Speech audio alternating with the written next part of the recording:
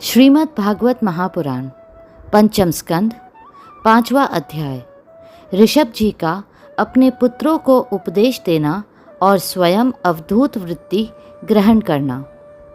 श्री ऋषभ देव जी ने कहा, पुत्रों, इस मर्त्य लोक में यह मनुष्य शरीर दुखमय विषय भोग प्राप्त करने के लिए ही नहीं है। ये भोग तो विष्टाभोजी सुकर कुकर आदि को भी मिलते ही है। इस शरीर से दिव्य तप ही करना चाहिए, जिससे अंतःकरण शुद्ध हो, क्योंकि इसी से अनंत ब्रह्मानंद की प्राप्ति होती है। शास्त्रों ने महापुरुषों की सेवा को मुक्ति का और स्त्री संगी कामियों के संग को नरक का द्वार बताया है। महापुरुष वे ही है जो समान चित्त, परम शांत, क्रोधहीन, सबके हित चिंतक और सदाचार संपन्न हो, अथवा मुझ परमात्मा के प्रेम को ही जो एकमात्र पुरुषार्थ मानते हो। केवल विषयों की ही चर्चा करने वाले लोगों में तथा स्त्री, पुत्र और धन आदि सामग्रियों से संपन्न घरों में जिनकी अरुचि हो और जो लौकिक कार्यों में केवल शरीर निर्वाह के लिए ही प्रवृत्त होते हो, मनुष्य अवश्य परमादवश कुकर्म करने लगता है। उसकी वह प्रवृत्ति इंद्रियों को तृप्त करने के लिए ही होती है।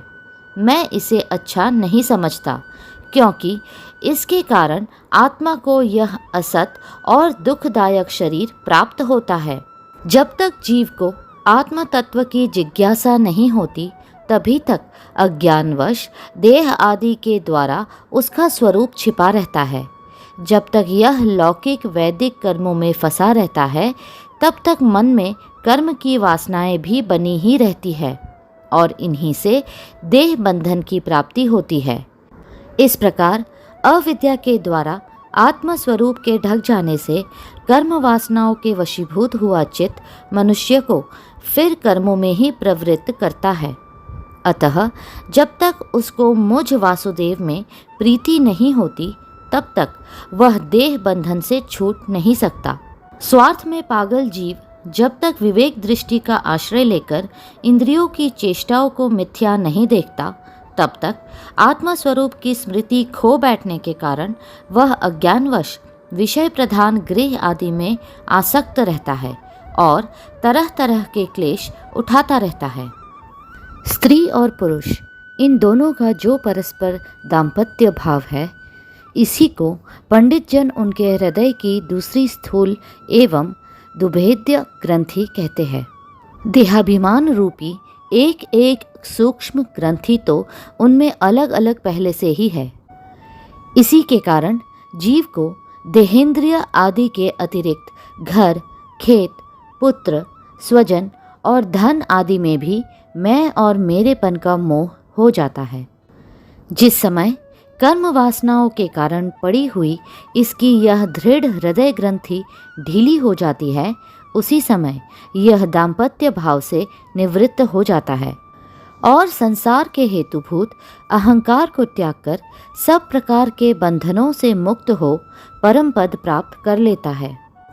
पुत्रों, संसार सागर से पार होने में कुशल तथा धैर्य, उद्यम एवं सत्व गुण विशिष्ट पुरुष को चाहिए कि सबके आत्मा और गुरु स्वरूप मुझ भगवान में भक्ति भाव रखने से, मेरे परायण रहने से, तृष्णा के त्याग से, सुख दुख आदि द्वंद्वों के सहने से, जीव को सभी योनि में दुख ही उठाना पड़ता है, इस विचार से, तत्व जिज्ञासा से, तप से, सकाम कर्म के त्याग से, मेरे ही लिए कर्म करने से, मेरी कथाओं का नित्य प्रति श्रवण करने से, मेरे भक्तों के संग और मेरे गुण के कीर्तन से, वैर त्याग से, समता से, शांति से और शरीर तथा घर आदि में मैं मेरेपन के भाव को त्यागने की इच्छा से, आध्यात्म शास्त्र के अनुशीलन से, एकांत सेवन से, प्राण, इंद्रिय और मन के संयम से, शास्त्र और सत्पुरुषों के वचन में यथार्थ बुद्धि रखने से, पूर्ण ब्रह्मचर्य से, कर्तव्य कर्मों में निरंतर सावधान रहने से, वाणी के संयम से, सर्वत्र मेरी ही सत्ता देखने से, अनुभव ज्ञान सहित तत्व विचार से और योग साधन से अहंकार रूप अपने लिंग शरीर को लीन कर दी। मनुष्य को चाहिए कि वह सावधान रहकर अविद्या से प्राप्त इस हृदय ग्रंथि रूप बंधन को शास्त्रोक्त रीति से इन साधनों के द्वारा भली भांति काट डाले, क्योंकि यही कर्म संस्कारों के रहने का स्थान है। तदनंतर साधन का भी परित्याग कर दे। जिसको मेरे लोक की इच्छा हो अथवा जो मेरे अनुग्रह की प्राप्ति को ही परम पुरुषार्थ मानता हो, वह राजा हो तो अपनी अबोध प्रजा को, गुरु अपने शिष्यों को और पिता अपने पुत्रों को ऐसी ही शिक्षा दे। अज्ञान के कारण यदि वे उस शिक्षा के अनुसार न चलकर कर्म को ही परम पुरुषार्थ मानते रहे, तो भी उन पर क्रोध न करके उन्हें समझा बुझाकर कर्म में प्रवृत्त न होने दे। उन्हें विषयासक्ति युक्त काम्य कर्मों में लगाना तो ऐसा ही है जैसे किसी अंधे मनुष्य को जानबूझकर गड्ढे में ढकेल देना। इससे भला किस पुरुषार्थ की सिद्धि हो सकती है?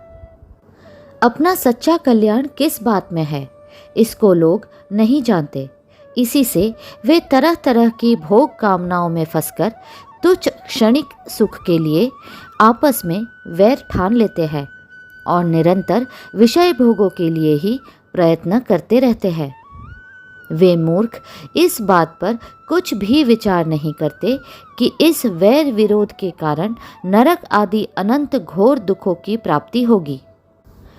गड्ढे में गिरने के लिए उल्टे रास्ते से जाते हुए मनुष्य को जैसे आँख वाला पुरुष उधर नहीं जाने देता, वैसे ही अज्ञानी मनुष्य को अविद्या में फंसकर दुखों की ओर जाते देखकर कौन ऐसा दयालु और ज्ञानी पुरुष होगा जो जानबूझकर भी उसे उसी राह पर जाने दे या जाने के लिए प्रेरणा करे।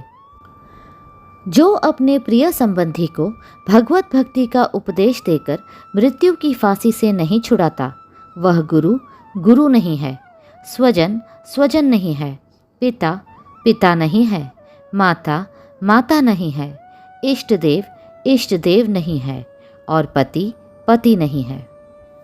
मेरे इस अवतार शरीर का रहस्य साधारण जनों के लिए बुद्धिगम्य नहीं है। शुद्ध सत्व ही मेरा हृदय है और उसी में धर्म की स्थिति है। मैंने अधर्म को अपने से बहुत दूर पीछे की ओर ढकेल दिया है। इसी से सत्पुरुष मुझे ऋषभ कहते हैं। तुम सब मेरे उस शुद्ध सत्वमय हृदय से उत्पन्न हुए हो, इसलिए मत्सर छोड़कर अपने बड़े भाई भरत की सेवा करो। उसकी सेवा करना मेरी ही सेवा करना है और यही तुम्हारा प्रजापालन भी है। अन्य सब भूतों की अपेक्षा वृक्ष अत्यंत श्रेष्ठ है, उनसे चलने वाले जीव श्रेष्ठ है और उनमें भी कीट आदि की अपेक्षा ज्ञान युक्त पशु आदि श्रेष्ठ है। पशुओं से मनुष्य, मनुष्यों से प्रमथगण, प्रमथों से गंधर्व, गंधर्वों से सिद्ध और सिद्धों से देवताओं के अनुयायी किन्नर आदि श्रेष्ठ है। उनसे असुर, असुरों से देवता और देवताओं से भी इंद्र श्रेष्ठ है। इंद्र से भी ब्रह्मा जी के पुत्र दक्ष आदि प्रजापति श्रेष्ठ है।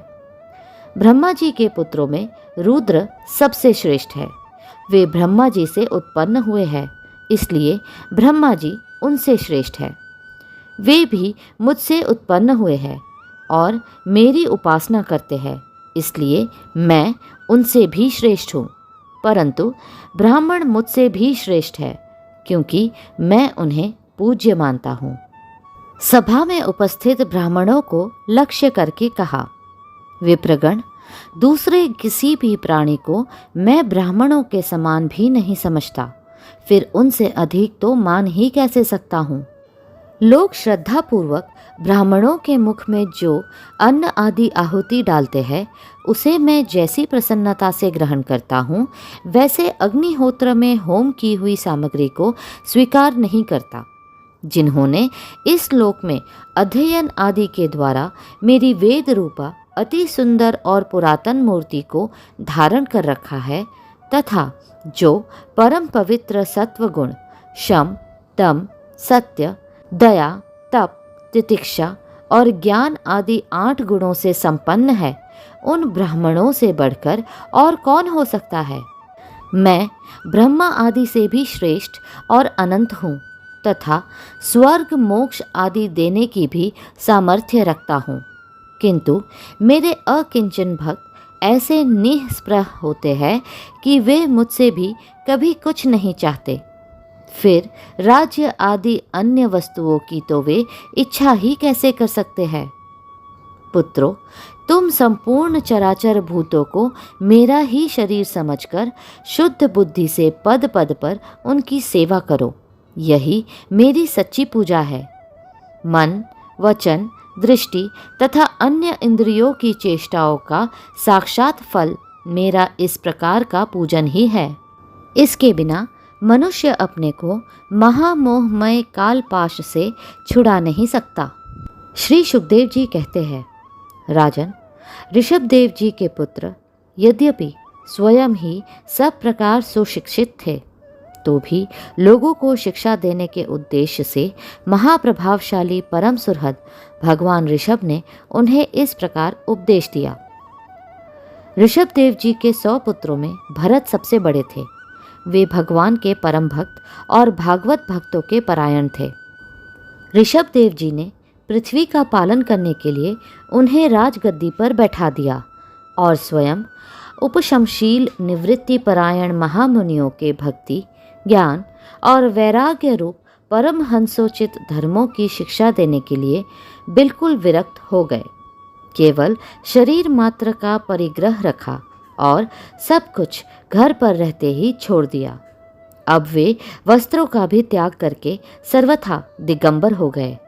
उस समय उनके बाल बिखरे हुए थे, उन्मत्त का सा वेश था। इस स्थिति में वे आहवनीय अर्थात अग्निहोत्र की अग्नियों को अपने में ही लीन करके सन्यासी हो गए और ब्रह्मावर्त देश से बाहर निकल गए। वे सर्वथा मौन हो गए थे। कोई बात करना चाहता तो बोलते नहीं थे। जड़, अंधे, बहरे, गूंगे, पिशाच और पागलों की सी चेष्टा करते हुए वे अवधूत बने जहाँ तहाँ विचरने लगे। कभी नगरों और कभी गांवों में चले जाते तो कभी खानों, किसानों की बस्तियों, बगीचों, पहाड़ी गांवों, सेना की छावनियों, गौशालाओं, अहिरों की बस्तियों और यात्रियों के टिकने के स्थानों में रहते। कभी पहाड़ों, जंगलों और आश्रम आदि में विचरते। वे किसी भी रास्ते से निकलते तो जिस प्रकार वन में विचरने वाले हाथी को मक्खियाँ सताती है, उसी प्रकार मूर्ख और दुष्ट लोग उनके पीछे हो जाते और उन्हें तंग करते। कोई धमकी देते, कोई मारते, कोई पेशाब कर देते, कोई थूक देते, कोई ढेला मारते, कोई विष्ठा और धूल फेंकते, कोई अधोवायु छोड़ते और कोई खोटी खरी सुनाकर उनका तिरस्कार करते, किंतु वे इन सब बातों पर जरा भी ध्यान नहीं देते। इसका कारण यह था कि भ्रम से सत्य कहे जाने वाले इस मिथ्या शरीर में उनकी अहमता, ममता तनिक भी नहीं थी। वे कार्य कारण रूप संपूर्ण प्रपंच के साक्षी होकर अपने परमात्मा स्वरूप में ही स्थित थे। इसलिए अखंड चित्त वृत्ति से अकेले ही पृथ्वी पर विचरते रहते थे। यद्यपि उनके हाथ, पैर, छाती, लंबी लंबी बाहें, कंधे, गले और मुख आदि अंगों की बनावट बड़ी ही सुकुमार थी। उनका स्वभाव से ही सुंदर मुख स्वाभाविक मधुर मुस्कान से और भी मनोहर जान पड़ता था। नेत्र नवीन कमल दल के समान बड़े ही सुहावने, विशाल एवं कुछ लाली लिए हुए थे। उनकी पुतलियाँ शीतल एवं संताप हरिणी थी। उन नेत्रों के कारण वे बड़े मनोहर जान पड़ते थे। कपोल, कान और नासिका छोटे बड़े न होकर समान एवं सुंदर थे तथा उनके अस्फुट हास्य युक्त मनोहर मुखारविंद की शोभा को देखकर पूर्व नारियों के चित्त में कामदेव का संचार हो जाता था। तथापि उनके मुख के आगे जो भूरे रंग की लंबी लंबी घुंघराली लटें लटकती रहती थी, उनके महान भार और अवधूतों के समान धुली धुसरित देह के कारण वे ग्रहग्रस्त मनुष्य के समान जान पड़ते थे। जब भगवान ऋषभदेव ने देखा कि यह जनता योग साधन में विघ्न रूप है और इससे बचने का उपाय बिभत्स वृत्ति से रहना ही है, तब उन्होंने अजगर वृत्ति धारण कर ली। वे लेटे ही लेटे खाने पीने, चबाने और मल मूत्र त्याग करने लगे। वे अपने त्यागे हुए मल में लोट लोट कर शरीर को उससे सान लेते, किंतु उनके मल में दुर्गंध नहीं थी, बड़ी सुगंध थी और वायु उस सुगंध को लेकर उनके चारों ओर 10 योजन तक सारे देश को सुगंधित कर देती थी। इसी प्रकार गौ, मृग और काकांदी की वृत्तियों को स्वीकार कर वे उन्हीं के समान कभी चलते हुए, कभी खड़े खड़े, कभी बैठे हुए और कभी लेटे लेटे ही खाने पीने और मल मूत्र का त्याग करने लगते थे। परीक्षित, परमहंसों को त्याग के आदर्श की शिक्षा देने के लिए इस प्रकार मोक्षपति भगवान ऋषभदेव ने कई तरह की योगचर्याओं का आचरण किया। वे निरंतर सर्वश्रेष्ठ महान आनंद का अनुभव करते रहते थे। उनकी दृष्टि में निरुपाधिक रूप से संपूर्ण प्राणियों के आत्मा अपने आत्मस्वरूप भगवान वासुदेव से किसी प्रकार का भेद नहीं था। इसलिए उनके सभी पुरुषार्थ पूर्ण हो चुके थे।